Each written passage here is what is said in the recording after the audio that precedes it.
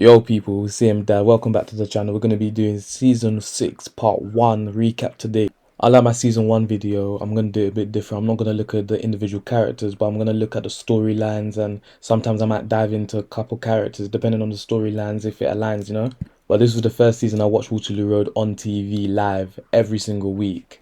It got me hooked. It made me research it, go back and watch the old episodes, and I just loved Waterloo Road through and through. Let's get straight into the video. The sixth season of Waterloo Road aired from the 1st of September 2010 to the 27th of October 2010. This season introduced Karen Fisher, who was Waterloo Road's second shortest lasting head teacher. She brought with her a cheating husband, Charlie Fisher, a rebellious daughter, Jess Fisher, and a bulimic son, Harry Fisher, and a missing daughter.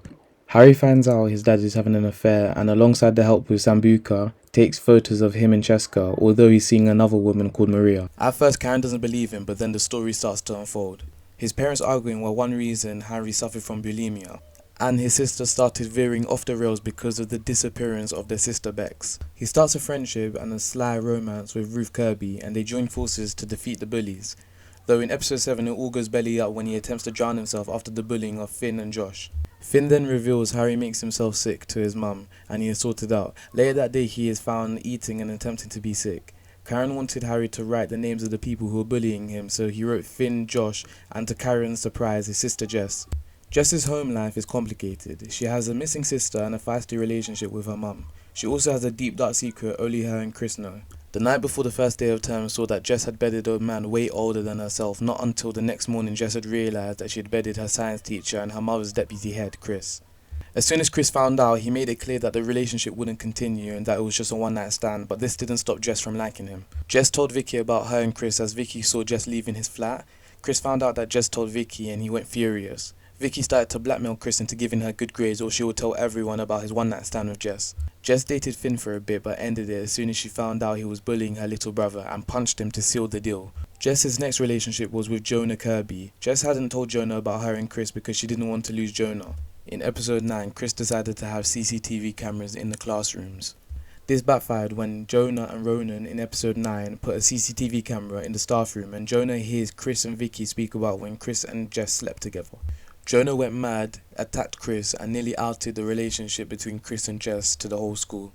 He didn't, but he ended a relationship with Jess because she kept secrets from him and he couldn't just trust her anymore. When Jonah first arrived at Waterloo Road, he had experienced homeschooling for the majority of his life. His mum wants her children to experience mainstream schooling. Jonah looks forward to having the opportunity to make new friends and have new experiences. On the other hand, his sister Ruth feels like she's got little to learn and soon takes matters into her own hands by running away. After Ruth was found, Jonah tells his dad talking to girls and having mates matter to him and it can't be taught at the dinner table, so he wanted to stay at Waterloo Road and not be different from all the other students.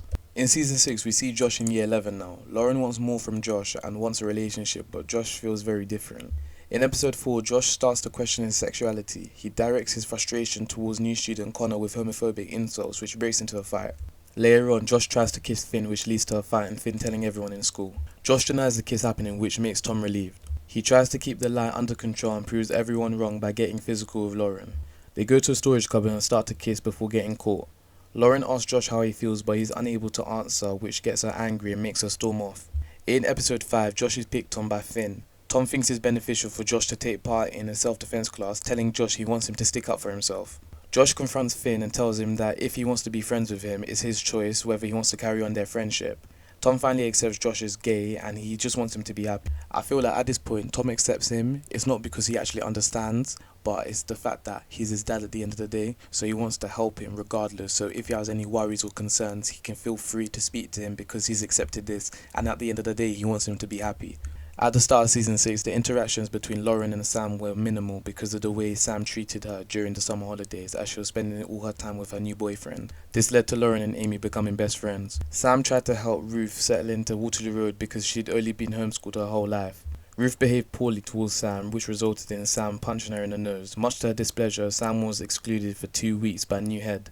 In episode 6, Lauren's resentment is taken a step too far when she allowed Sam to take the blame for bringing in drugs that actually belonged to Amy. Sam was trying to buy the drugs off Amy and hand them over to one of the teachers. This ended up being the last time we saw Sam until the next part of season 6. Season 6 also had the return of Waterloo Road original Janice Bryan, and she was going to be the school secretary. Janice returned pregnant and she wasn't sure that she wanted to keep the baby. As Ruby and her husband John weren't able to conceive a child, they agreed to adopt Janice's baby. However, when Cheryl was born, Janice knew that she wasn't able to give her daughter. The finale of the first part of season 6 has fans quite shocked.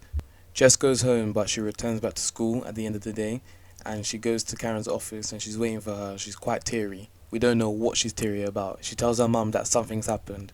I remember watching this episode thinking the worst possible outcomes probably happened, because the way Jess was in tears, it sounded like she cried because maybe somebody's died and she wants to tell her mum the bad news. The thing that gives me the chills is that when Karen turns around and she says, "Am I dreaming?" This is quite interesting because every time we've seen her as viewers, we've seen her in a memory or an illusion. So like a memory of Bex, because Karen's always thinking about her because she's missing her daughter. But the way the cliffhanger was set out throughout the whole season, I think it was good. And I like how the fact that not all cliffhangers have to be bad things happening. So also good things can happen from cliffhangers. And I like that this show does that quite a bit.